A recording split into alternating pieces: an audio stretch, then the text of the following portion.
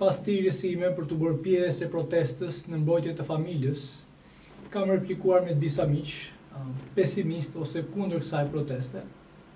Shumica më janë drejtuar, a je kundër barazisë edhe të Jerman? Unë nuk jam kundër barazisë mes burrave edhe grave, në punë, në të drejtë, në shërbime e tjera. Madje dua që në fakt gratë të vlerësohen më shumë se burrat në punën e tyre, sepse ato pas punës gjithmonë mbartin edhe përgjegjësi të pandashme që lidhen me familjen, ndërsa burrat pinë kafen e pasdites. Por për çfarë jam kundër unë? Për çfarë protestoj nesër unë? Siç është bërë ditur, ligji mbar disa koncepte të reja, të ndryshuara nga ligji më parshëm për barazinë. Këto koncepte ose janë të paqarta për palët, por siç kuptohet, janë terma që të çojnë në disa probleme që ne nuk i kemi hasur apo pasur më përpara si shoqëri, por në perëndim i provuan. Të tilla si vetë deklarimi i gjinjisë. Çfarë do të thonë kjo? Le të shohim zhvillimet në disa vende perëndimore, se ku i çoi kjo apo çfarë solli kjo.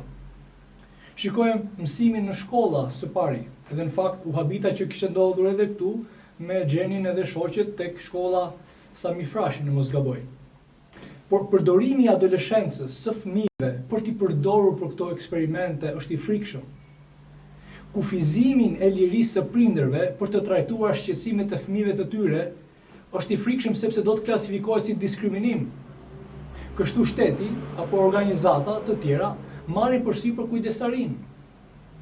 Edhe pastaj fillon rrugtimi i hormoneve. Kuptohet, nëse prindi s'ka të drejtë mbi fëmijën, ç'mund të bëjë një pastor, një mësues, një dashamirës, një komshi, ku diun. Pra, kufizon mundësinë e ndërhyrjes nga të tjerë edhe je përparësi vetëm atyre që e shikojnë zgjidhjen tek zgjidhet ti gjinin, apo si ndihesh, apo ti je në trupin e gabuar, apo ku diun.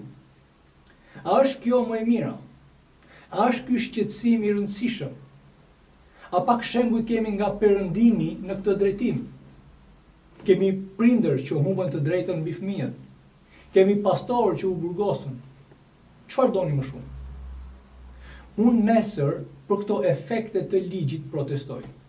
Jo për rritje page apo për mohim të drejte.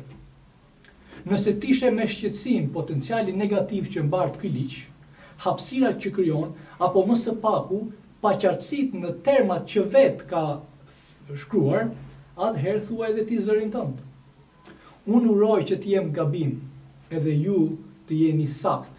Por nëse mendoni që këto shqetësime janë të qëna, janë të rëndësishme, atëherë thuaj zërin tënd nesër, paqësisht, për të thonë që jam kundër këtij ligji. Ju përshëndes.